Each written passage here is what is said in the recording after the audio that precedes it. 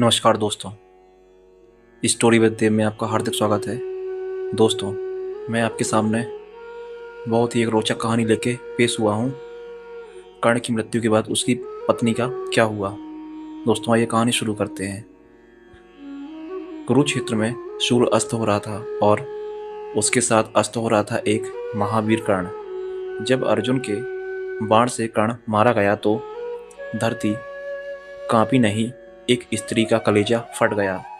हस्तिनापुर से दूर अंग देश की रानी उर्वी अचानक रात को चीखते हुए उठी। उसने सपना देखा। कर्ण ने अपने ही खून में लथपथ होकर उससे कहा, उर्वी, मुझे माफ कर देना। इसी क्षण दूत आया कर्ण की मृत्यु की खबर लेकर, लेकिन उर्वी का चेहरा शांत था क्योंकि उसके पास था एक गुप्त पत्र। कर्ण का अंतिम वचन। कर्ण के पत्र में लिखा था, यदि मैं न बच सकूं तो मेरी प्रतिज्ञा तू पूरी करना। तेरे गर्भ में मेरा उत्तराधिकारी है, उसे छुपा लेना, ये दुनिया उसे नहीं जीने देगी। उर्वी को गहरा झटका लगा। दुनिया को नहीं पता था कि कर्ण एक गुप्त विवाह कर चुका था। कुंती की दासी से नहीं, एक छत्राणी से नहीं, बल्कि एक ब्राह्मण कन्या से। उसका नाम उर्वी था। हस्तिनापुर में द्रोणाचार्य के शिष्य अश्वत्थामा और कृपाचार्य को जैसे ही पता चला कि कर्ण की पत्नी गर्भवती है, एक भयानक षड्यंत्र रचा गया। रात को उर्वी के महल में आग लगाई गई, पर उर्वी पहले ही भाग चुकी थी। कर्ण की वसीयत में बताई एक गुफा की ओर, हिमालय की तलहटी में एक गुफा, जहां ऋषि व्यास और एक रहस्यमयी महासिद्धा उर्वी का इंतजार कर रहे थे। यहाँ उर्वी को बताया गया कि उसका पुत्र केवल योद्धा नहीं, एक परिवर्तन का वाहक बनेगा। वह होगा सूर्यवंश का उत्तराधिकारी, कर्ण का पुनर्जन्म।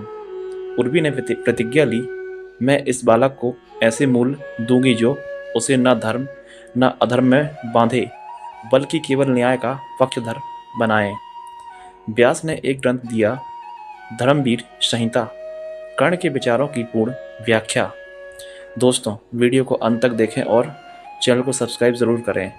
पर एक चेतावनी दी गई, जैसे ही ये ग्रंथ खुलेगा युद्ध की नई लहर उठेगी। एक अंधेरी रात गुफा में उर्वी के पुत्र का जन्म हुआ। नाम रखा गया विवान, अर्थ सूर्य की अग्नि। उसके जन्म के साथ ही कई ऋषियों ने आकाश में 3 उल्का पिंड गिरते देखे। संकेत था 3 राजवंश नष्ट होंगे, एक न्याय वंश उठेगा। विवान जब 10 वर्ष का हुआ तभी गुप्तचरों ने पता लगा लिया, कर्ण का पुत्र जीवित है। हस्तिनापुर, मगध और पौरव राज्य के सेनापति उसे मारने निकल पड़े, लेकिन उर्वी ने विवान को समय रहते छुपा दिया। एक अज्ञात ऋषि कुल में वह खुद बन गई एक तपस्विनी, पर उसकी आंखों में अब भी आग थी। विवान 18 वर्ष का हुआ। उसके भीतर कर्ण जैसा तेज, दान, वीरता और अपराजेय युद्ध कौशल था। मगध में एक राजा गरीबों पर कर बढ़ाता है। विवान क्रोध में पहुंचता है, विवाद होता है। विवान कहता है, राजा के शस्त्र से बड़ा होता है प्रजा का संतुलन। युद्ध होता है और विवान जीतता है बिना किसी को मारे। उर्वी अंतिम समय में विवान को बुलाती है, अब समय है तुम्हारे अंतिम परीक्षण का।